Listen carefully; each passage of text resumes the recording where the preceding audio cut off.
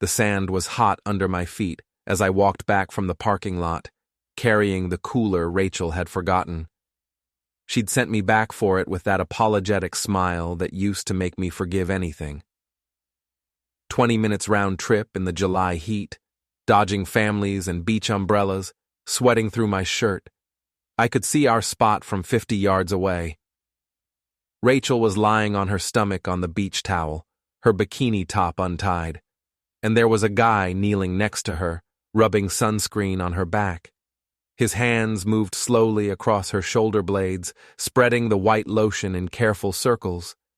She was laughing at something he said, her head turned to the side, her face lit up with genuine amusement.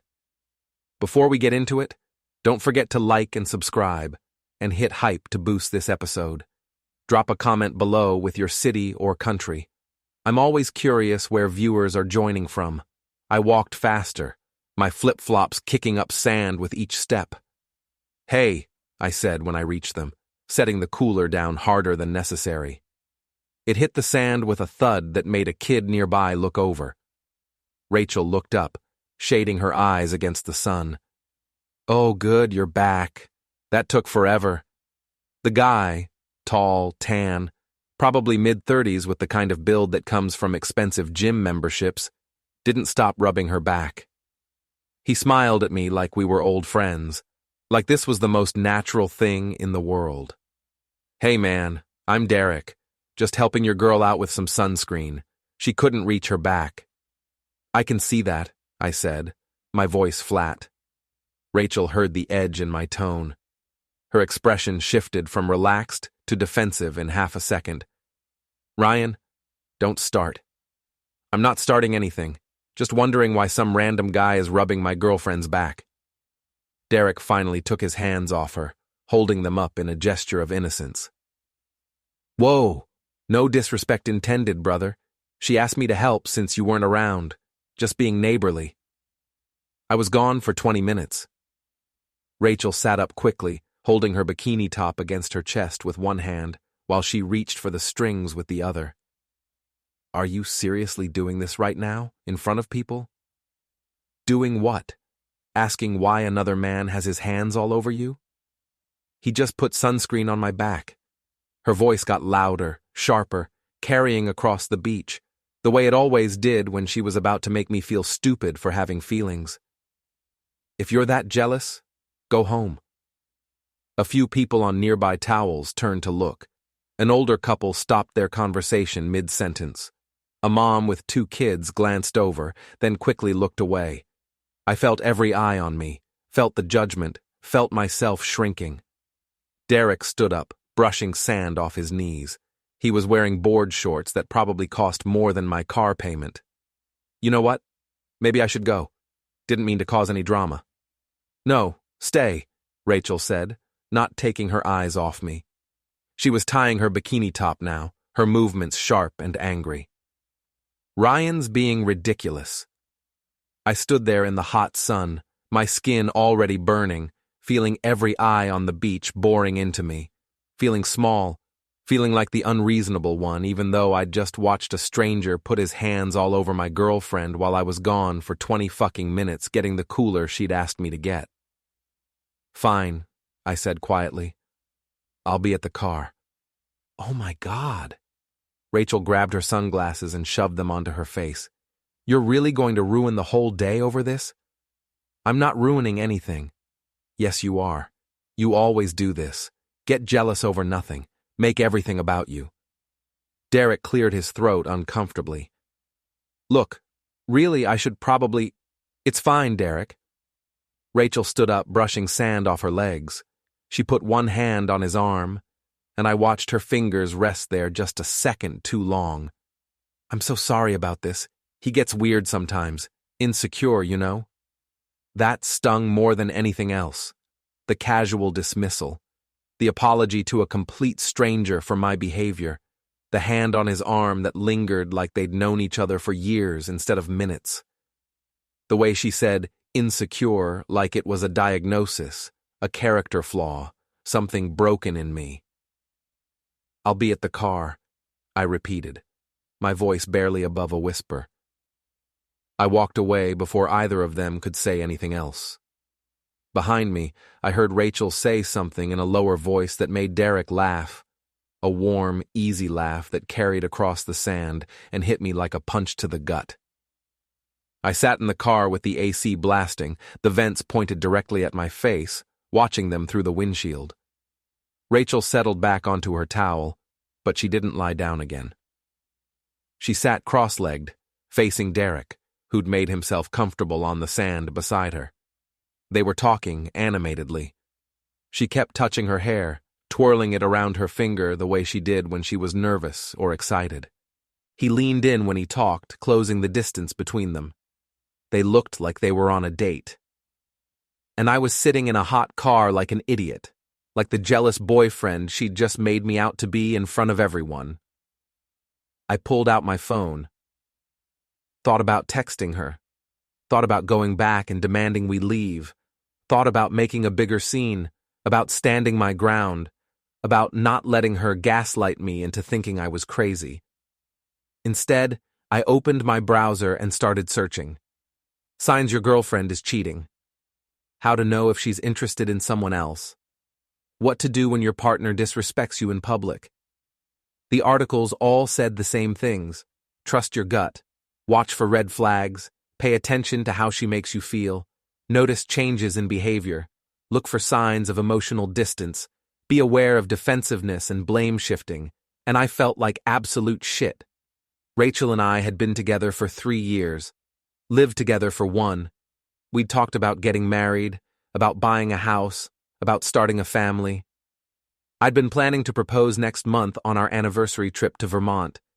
Had the ring all ready, a vintage setting with a small diamond that had cost me 3 months of saving. Had picked out the restaurant where I'd do it. Had even practiced the speech in front of the bathroom mirror like an idiot, trying to get the words right. Now I was sitting in a hot car watching my girlfriend flirt with a stranger while the diamond ring sat in my sock drawer at home, suddenly feeling like the worst investment I'd ever made. An hour passed. The sun climbed higher. The temperature in the car became unbearable even with the AC running. I watched Rachel and Derek talk and laugh like old friends. Watched them share a bottle of water from his cooler. Not the one I'd carried from the parking lot, but his cooler, like he'd come prepared to spend the day here, like this was planned. Then 2 hours. Rachel didn't look toward the parking lot once. Didn't check her phone to see if I'd texted. Didn't seem to care at all that I was sitting alone while she enjoyed her beach day with someone else. Derek pulled out sandwiches from a small cooler, offered one to Rachel. She accepted it with a smile that made my chest hurt. They ate together, still talking, still laughing. He said something that made her throw her head back, her laugh carrying all the way to where I sat. I hadn't seen her laugh like that in months, maybe longer.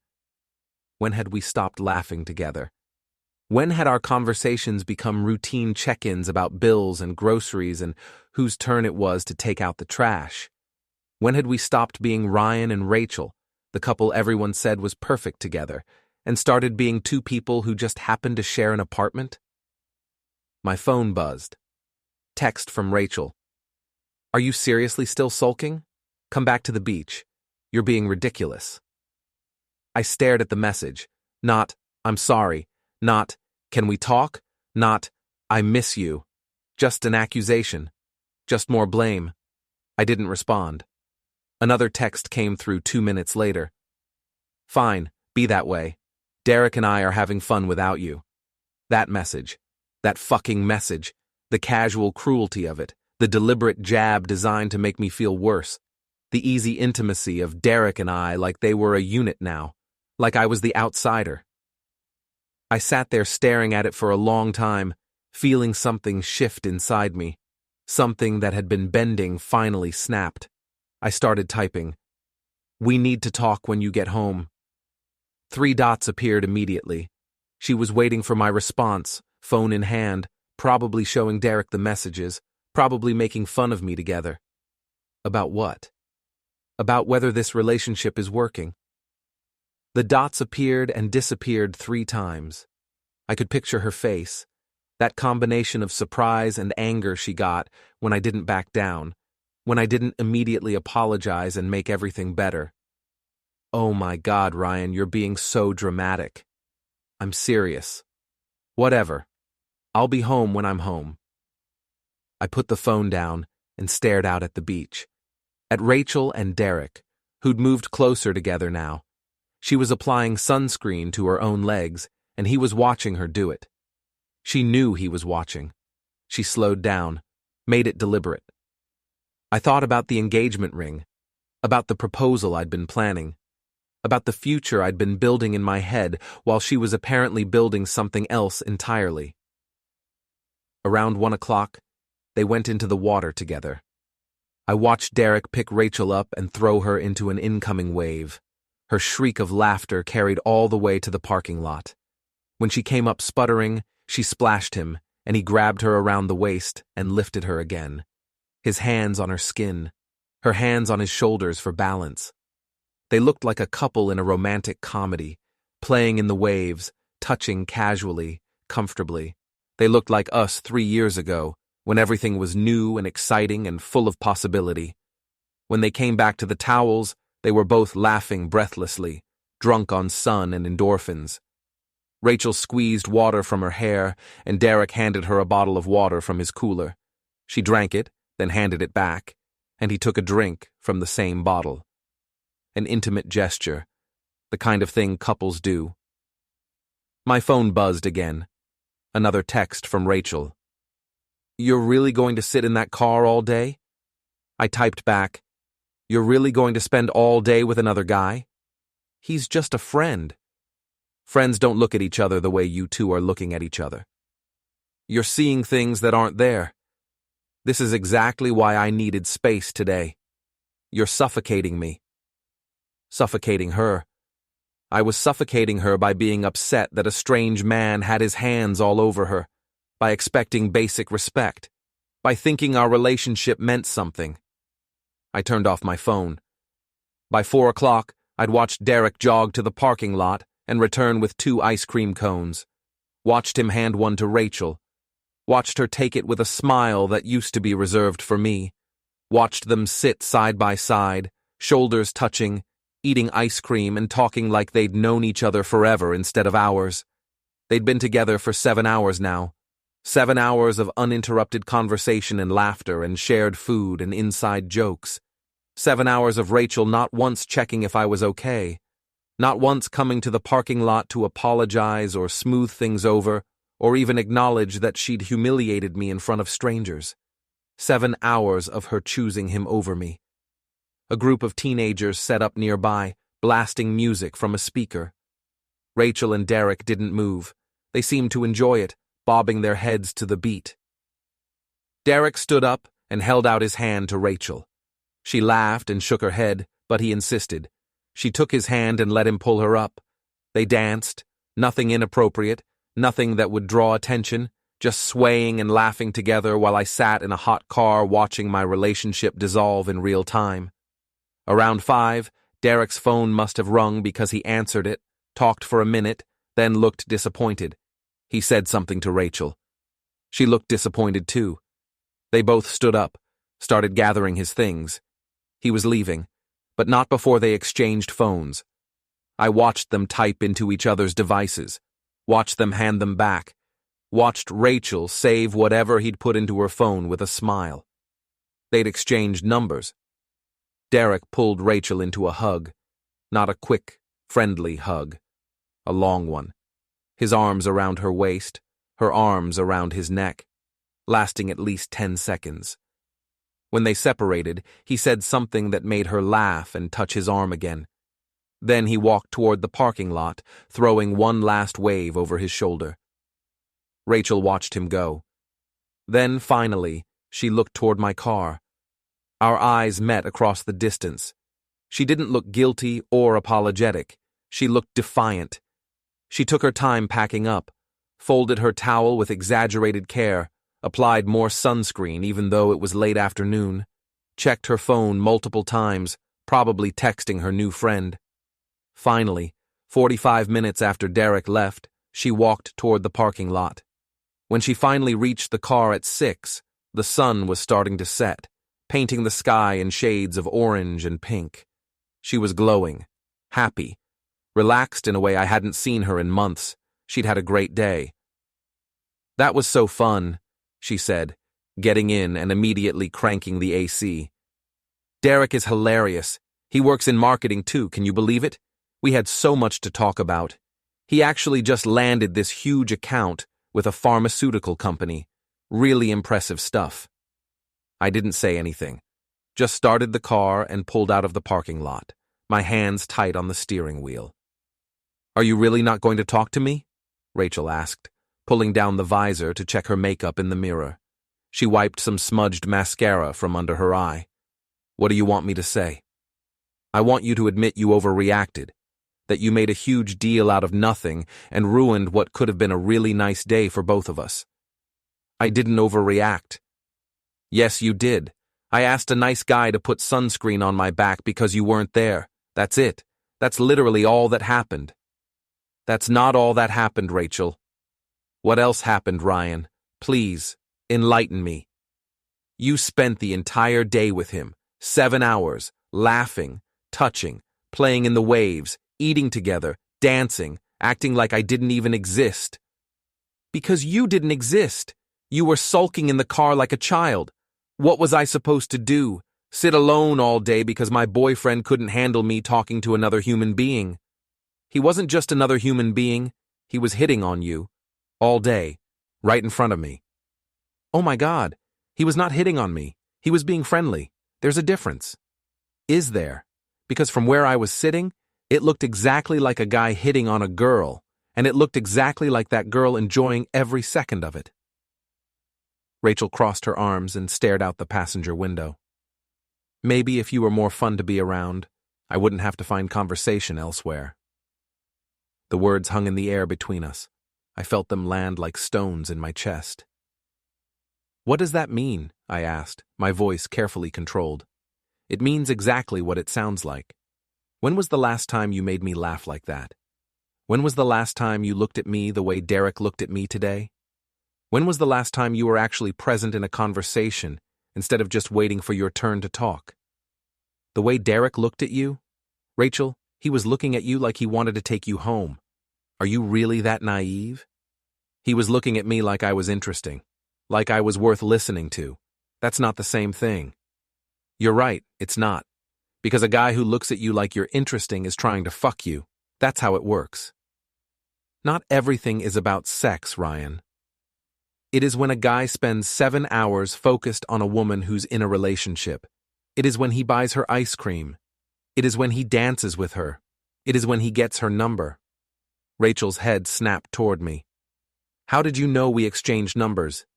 "I was watching, remember? From the car, where I spent the entire day." "So now you're spying on me?" "I was sitting in a parking lot with a clear view of the beach." "That's not spying. That's being present while my girlfriend flirts with another man." "I wasn't flirting. We were talking. Like adults do.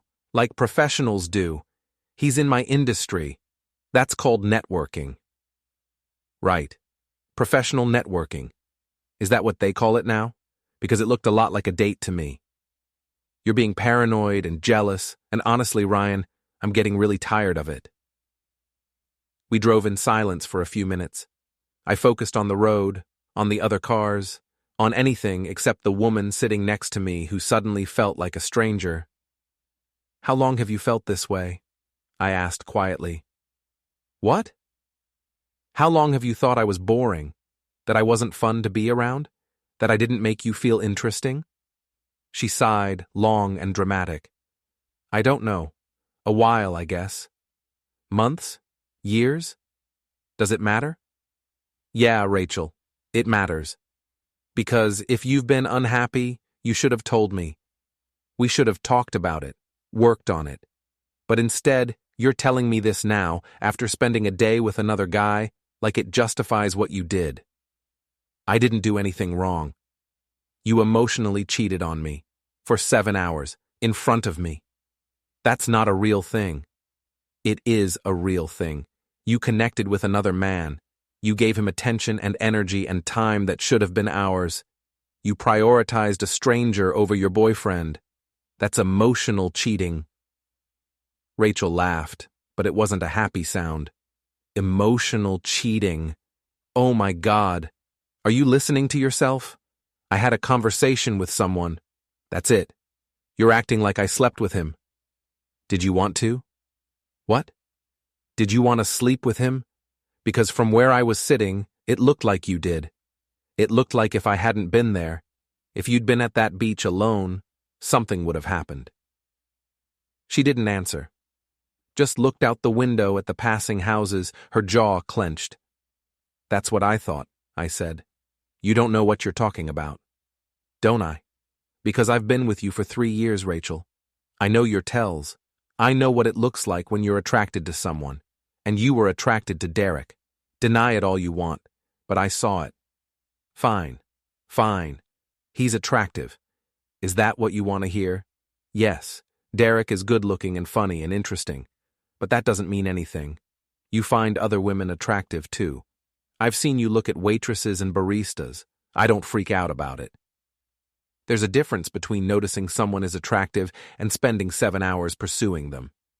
I wasn't pursuing him. Then what do you call getting his number? Networking. Jesus Christ, how many times do I have to say it? He's in marketing. I'm in marketing. We might be able to help each other professionally. That's how the adult world works. The adult world, I repeated. Right. Because adults in committed relationships definitely exchange numbers with people they just met and spend all day laughing and touching and ignoring their partners. I didn't ignore you. You left. Because you humiliated me. I didn't humiliate you. You humiliated yourself by being jealous and possessive and making a scene over sunscreen. We pulled into our apartment complex. I parked in our usual spot. Neither of us moved to get out of the car. "I'm sorry you feel that way," I said.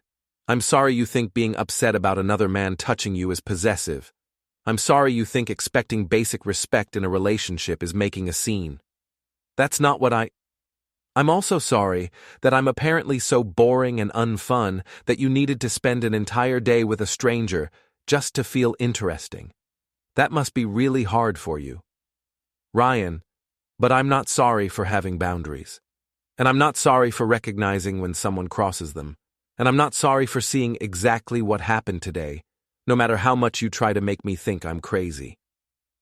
I got out of the car, grabbed the cooler from the back, the cooler I'd walked 20 minutes in the heat to get, the cooler Rachel hadn't even opened, started walking toward our apartment. Rachel caught up with me at the door. "Where are you going?" "Inside, to shower. I smell like car air conditioning and disappointment. We need to talk about this." "We just did, for 45 minutes, in the car. You made your position very clear." I unlocked the door and walked inside. Our apartment felt different somehow. Smaller, less like home. Rachel followed me in, closing the door harder than necessary. "You can't just walk away in the middle of a conversation. You walked away from our relationship the moment you let Derek put his hands on you. Everything after that was just details." "Oh my God, you're being so dramatic." "Am I? Because here's what I see. I see my girlfriend spending a day with another man. I see her laughing with him, touching him, getting his number. I see her defending him to me. I see her blaming me for being upset instead of apologizing for the behavior that upset me. I see her gaslighting me into thinking I'm the problem. So yeah, maybe I'm being dramatic. Or maybe I'm finally seeing clearly." I walked toward the bedroom. Rachel grabbed my arm. "Don't you dare walk away from me right now." I looked at her hand on my arm, then at her face. "Let go." "Not until you listen to me. I've been listening to you all day.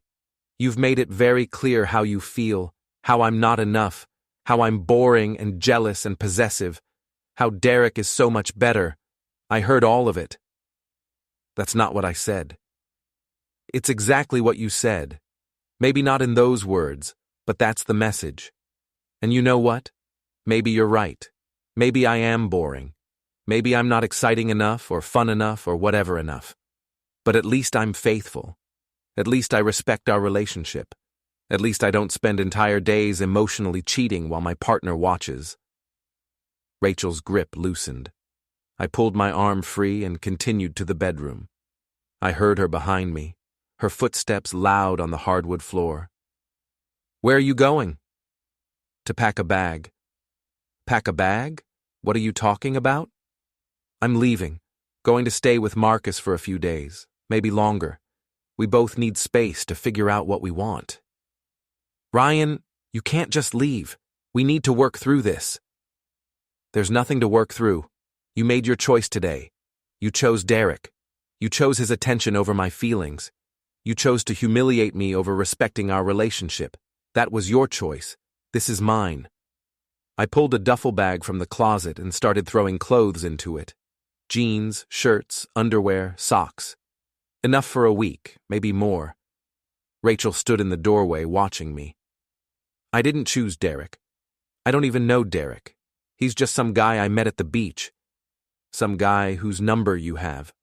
Some guy you spent 7 hours with. Some guy you're defending to me right now instead of apologizing. Because there's nothing to apologize for. I stopped packing and looked at her directly. Do you really believe that? Do you honestly think you did nothing wrong today? She hesitated. Just for a second. But I saw it. The flicker of doubt. The brief acknowledgement that maybe, just maybe, she'd crossed a line. Then it was gone, replaced by defensive anger. I think you're being unreasonable. I think you're trying to control who I talk to and who I'm friends with. And I think if you walk out that door, we're done. Is that a threat? It's a fact. If you leave, I'm not going to sit here waiting for you to get over your jealousy. I'm going to move on. Move on to who? Derek? To someone who trusts me, who doesn't accuse me of cheating every time I talk to another man, who isn't so insecure that I have to walk on eggshells. I zipped the duffel bag closed. You mean someone who doesn't call you out when you're wrong, someone who lets you do whatever you want without consequences. Good luck finding that. I grabbed my toiletries from the bathroom, toothbrush, deodorant, cologne, threw them in a smaller bag. Rachel followed me. So that's it? 3 years and you're just walking away? I'm not walking away. You pushed me away all day. And now you're trying to make me feel guilty for recognizing it. I pushed you away because you were being crazy. I was being crazy for not wanting my girlfriend to spend the day with another man, for expecting basic respect, for having feelings about watching you flirt for 7 hours. I wasn't flirting. Yes, you were. My voice came out louder than I intended. I took a breath, forced myself to stay calm. You were flirting. You know it. I know it. Derek definitely knows it. The only person pretending otherwise is you, and I don't know if you're lying to me or lying to yourself, but either way, I can't do this right now. I walked past her to the living room, grabbed my laptop and charger. My wallet and keys were already in my pocket. Where are you going to go? Rachel asked. Her voice was different now, smaller, less certain. Marcus's place. He's always said I could crash there if I needed to. And then what? I don't know. I need to think. Need to figure out if this relationship is something I want to keep fighting for. You're deciding that now? After one fight? This isn't one fight, Rachel. This is you showing me who you really are, or who you want to be. Someone who prioritizes attention from strangers over respect for her partner. Someone who gaslights me when I call her out. Someone who threatens to leave me if I don't fall in line. That's not the person I thought I was building a life with. I headed toward the door. Rachel was crying now, but I couldn't tell if it was genuine emotion or manipulation. With her lately, it was getting harder to tell the difference. Ryan, please, don't do this. Don't throw away 3 years because you're feeling insecure. I stopped with my hand on the doorknob, turned back to look at her. I'm not insecure. I'm smart enough to see what's happening, and I'm strong enough to walk away from someone who doesn't value me. I do value you. No, you don't. If you valued me, you wouldn't have spent today the way you did. If you valued me, you'd be apologizing right now instead of defending yourself. If you valued me, you'd be fighting to make this right instead of threatening to move on. I'm not threatening, I'm just saying. I know what you're saying, and the answer is no. I'm not going to be the jealous boyfriend who apologizes for having feelings. I'm not going to be the one who backs down just to keep the peace. Not this time. I opened the door. Wait, Rachel said. Just wait. Can we please talk about this tomorrow? When we've both calmed down? Maybe. I'll text you. Promise? I looked at her standing in our living room, tears streaming down her face, and felt absolutely nothing. No sympathy, no desire to comfort her, no urge to stay and fix things, just a cold, clear certainty that something fundamental had broken between us today, something that might not be fixable. I'll text you, I repeated, and walked out. I sat in my car for a minute before starting it. Pulled out my phone and called Marcus. Hey man, what's up? He answered. Can I crash at your place for a few days? Of course. Everything okay? Long story. I'll tell you when I get there. I'll be here. Got beer in the fridge. Perfect. Be there in 20. I hung up and started the car. As I pulled out of the parking lot, I glanced up at our apartment window. Rachel was standing there watching me leave. Her phone was pressed to her ear, probably calling her friends to tell them her version of the story. How her jealous boyfriend freaked out over nothing. How she did nothing wrong. How she was the victim here. Or maybe she was calling Derek. I drove to Marcus's apartment with the windows down, letting the evening air blow away the smell of sunscreen and betrayal. My phone buzzed repeatedly in the cup holder. I ignored it. When I finally pulled into Marcus's complex, I had 17 missed calls from Rachel and 23 text messages. I didn't read them, just grabbed my bags and headed to his door. Marcus answered before I could knock. Dude, you look like you've been through hell. Feel like it too. Come in. Tell me everything. His apartment was familiar and comfortable. We'd been friends since college, and I'd spent enough time here over the years that it felt like a second home. He handed me a beer and we sat on his couch, and I told him everything. The beach, Derek, the sunscreen, the 7 hours of watching my girlfriend fall for someone else, the fight in the car, Rachel's threats. Marcus listened without interrupting, which was one of the things I'd always appreciated about him. When I finished, he took a long drink of his beer and said, Man, that's fucked up. Yeah. What are you going to do? No idea. Part of me wants to go back and try to fix things. Part of me wants to never see her again. Part of me wants to find Derek and punch him in the face, even though rationally I know he's not really the problem. Rachel is the problem. She is. But punching people is still assault, so maybe don't do that. Probably wise. My phone buzzed again. Another text from Rachel. Marcus nodded toward it. You going to answer that? Not tonight. Maybe not tomorrow either. I need time to think without her in my head telling me I'm crazy. You're not crazy. Thanks for saying that. I was starting to wonder. That's what she wants. She's gaslighting you, making you doubt your own eyes, your own feelings. Classic manipulation tactic. When did you become an expert on manipulation? My ex did the same thing. Different scenario, but same playbook. Make you think you're the problem so she doesn't have to take responsibility for her actions. We sat in silence for a while, drinking our beers, watching some basketball game neither of us cared about. You want my advice? Marcus asked finally. Sure. Don't go back. Not tonight, not tomorrow, probably not ever. Because even if she apologizes, even if she swears nothing happened with Derek, even if she promises to change, you're always going to remember today. You're always going to remember how she made you feel, how she chose him, how she threatened to leave you for having boundaries. That stuff doesn't go away. Maybe you're right. I am right. And you know how I know? Because you're not texting her back, because you left, because some part of you already knows this is over.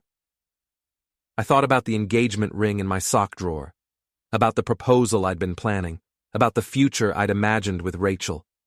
All of it felt like a different life now, a different person's dreams. "Yeah," I said, "I think you might be right." We finished our beers. Marcus showed me the guest room, a small space with a futon and a desk and some boxes of his stuff he hadn't unpacked from his last move. "It's not much," he said, "but it's yours as long as you need it." "Thanks, man. I appreciate it." "No problem. That's what friends are for. And hey, tomorrow we'll figure out next steps, but tonight, just try to get some sleep. Clear your head." I nodded. After Marcus left, I lay on the futon staring at the ceiling, listening to the sounds of his apartment building. Someone's TV too loud upstairs, a couple arguing in the hallway, a dog barking somewhere nearby. My phone was on the floor next to me, still buzzing occasionally with Rachel's messages. I picked it up and finally looked at them. The first few were apologetic. "Please come back so we can talk." "I'm sorry for getting so angry. I don't want to fight." Then they got defensive. "You're being childish. Running away doesn't solve anything. I don't even know why you're so mad." Then angry. "Fine. If you want to throw away 3 years over nothing, that's on you." I tried to make this work. "Don't bother coming back." And finally, the most recent one, sent 10 minutes ago. "Derek just texted to check on me. At least someone cares." I stared at that last message for a long time. She'd sent it to hurt me, to make me jealous, to punish me for leaving. Instead, it just made everything clear. This relationship was over. Had been over for a while, probably. We'd just been going through the motions, pretending everything was fine while Rachel looked for something better, and I remained oblivious. Today at the beach wasn't the problem. It was just the moment when I finally saw the truth. I typed out a response. "I hope you're happy with him." 3 dots appeared immediately, then disappeared, then appeared again. Finally. What's that supposed to mean? It means I'm done, Rachel. I'm done being made to feel crazy for having normal reactions. I'm done being blamed for your choices. I'm done with all of it. So you're breaking up with me? Over text? You're the one who said if I left, we were done. I'm just confirming. I didn't mean it. Yeah, you did. And even if you didn't, I do. We're done. Ryan, please, let's talk in person. Tomorrow, please. I turned off my phone and set it aside. Tomorrow I'd figure out logistics, how to get the rest of my stuff, how to end the lease on our apartment, how to untangle 3 years of shared life. But tonight, I just needed to sleep. I closed my eyes and let the exhaustion take me, feeling lighter than I had in months. Because walking away was the right choice, even if it hurt. Even if part of me still loved her. Even if I didn't know what came next. It was better than staying with someone who'd made me feel like nothing.